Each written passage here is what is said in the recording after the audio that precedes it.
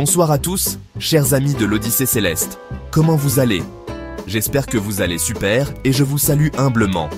Avant tout, je tiens à vous remercier du fond du cœur, vous tous qui me suivez fidèlement.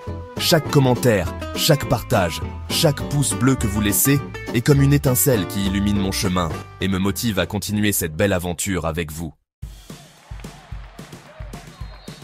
À tous les nouveaux qui nous rejoignent aujourd'hui, bienvenue dans notre grande famille de l'Odyssée Céleste.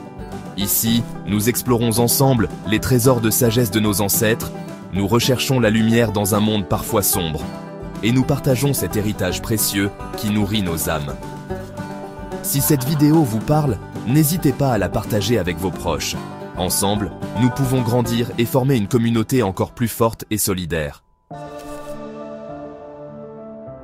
Aujourd'hui, je vais vous parler d'un sujet fascinant qui touche à nos racines, à nos traditions, et à la manière dont nos ancêtres utilisaient les éléments de la nature pour purifier leurs espaces de vie et apporter harmonie et protection à leur foyer. À cet effet, je vous prie de bien vouloir vous installer confortablement pour qu'on puisse commencer ensemble, et ne soyez surtout pas distraits, car cette vidéo vous aidera beaucoup. On peut commencer? Allez top, c'est parti!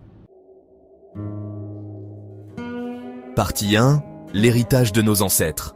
Je me suis souvent demandé, et peut-être vous aussi, comment nos ancêtres maintenaient-ils l'harmonie dans leur foyer? Comment faisaient-ils face aux énergies négatives, aux conflits, aux maladies inexpliquées? Dans un monde sans médecine moderne, sans psychologue, sans toutes ces ressources que nous avons aujourd'hui, ils avaient développé une profonde connaissance des plantes, des éléments et des rituels de purification. Ces pratiques n'étaient pas de la superstition, mais un savoir ancestral basé sur l'observation transmis de génération en génération. Certaines de ces méthodes sont aujourd'hui validées par la science moderne. Les propriétés antiseptiques de certaines plantes, les effets bénéfiques de certaines fumigations sur notre système nerveux, ou encore l'importance de la purification de l'air dans nos espaces de vie. Parmi ces nombreuses traditions, il y en a une particulièrement intéressante qui utilise un ingrédient que nous avons tous dans nos cuisines, l'oignon. Partie 2. L'oignon est bien plus qu'un simple ingrédient culinaire. Dans de nombreuses cultures à travers le monde, il est considéré comme un puissant purificateur. Les Égyptiens anciens vénérèrent l'oignon pour ses propriétés médicinales et spirituelles. Dans l'Europe médiévale, on suspendait des oignons dans les maisons pour absorber les maladies et les énergies négatives. En Afrique, certaines communautés utilisent encore la fumée d'oignon pour purifier leurs espaces. D'un point de vue scientifique, l'oignon contient des composés sulfurés volatiles qui, lorsqu'ils sont libérés, peuvent avoir un effet irritant sur les voies respiratoires. Cette propriété était utilisée traditionnellement pour chasser les énergies indésirables. Mais nous pouvons aujourd'hui comprendre qu'elle peut également avoir un effet antibactérien dans l'air. Je ne vous présente pas ces traditions pour que vous les adoptiez aveuglément, mais pour que nous puissions ensemble apprécier la sagesse de nos ancêtres et peut-être en tirer des enseignements adaptés à notre vie moderne. Partie 3. Un rituel de purification moderne. Si vous sentez que votre foyer est lourd d'énergie négative, si vous traversez une période difficile où tout semble aller de travers, voici une adaptation moderne et sécuritaire inspirée des traditions ancestrales. Voici les ingrédients nécessaires: pelure d'oignon rouge, un petit récipient résistant à la chaleur, des charbons naturels comme ceux utilisés pour l'encens, un briquet ou des allumettes, un support résistant à la chaleur pour poser le récipient. Procédure sécuritaire.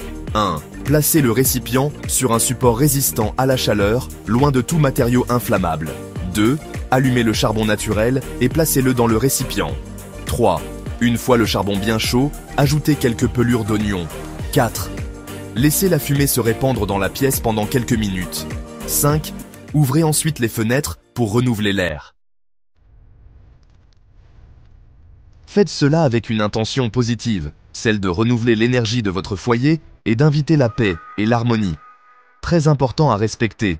Ne laissez jamais ce rituel sans surveillance, assurez-vous d'avoir un extincteur à portée de main. Et n'utilisez pas cette méthode si vous ou un membre de votre famille souffrez de problèmes respiratoires.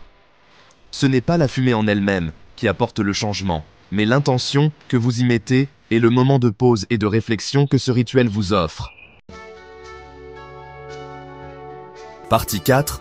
Au-delà des rituels. Si vous traversez des périodes difficiles, si vous avez l'impression que rien ne va dans votre vie, je tiens à vous dire que vous n'êtes pas seul. Les rituels peuvent apporter un certain réconfort, mais ils ne remplacent pas l'action concrète. Si vous êtes confronté à des problèmes de santé récurrents, consultez un médecin.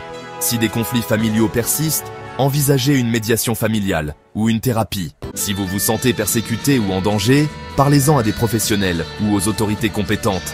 Notre force vient aussi de notre communauté. Entourez-vous de personnes positives qui vous soutiennent.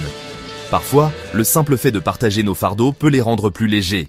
À tous ceux qui souffrent en silence, à ceux qui pleurent la nuit quand personne ne les voit, à ceux qui ont tout essayé mais qui n'ont pas encore trouvé de solution, je vous envoie ma force et mon soutien. Chaque nuit, aussi sombre soit-elle, finit par laisser place à l'aube.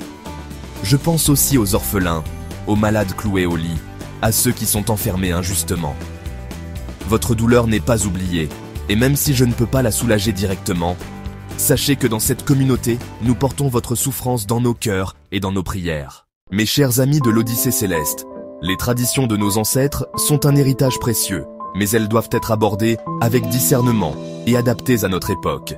Ce qui compte vraiment, au-delà des rituels et des pratiques, c'est l'intention que nous mettons dans nos actions, la bienveillance que nous cultivons envers nous-mêmes et les autres, et la lumière que nous choisissons de voir et de partager malgré les ténèbres. Si cette vidéo vous a plu, n'hésitez pas à laisser un commentaire, à partager vos propres expériences ou à poser vos questions.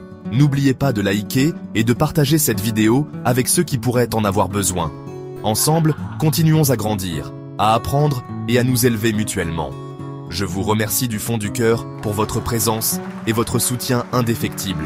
À très bientôt pour une nouvelle Odyssée céleste.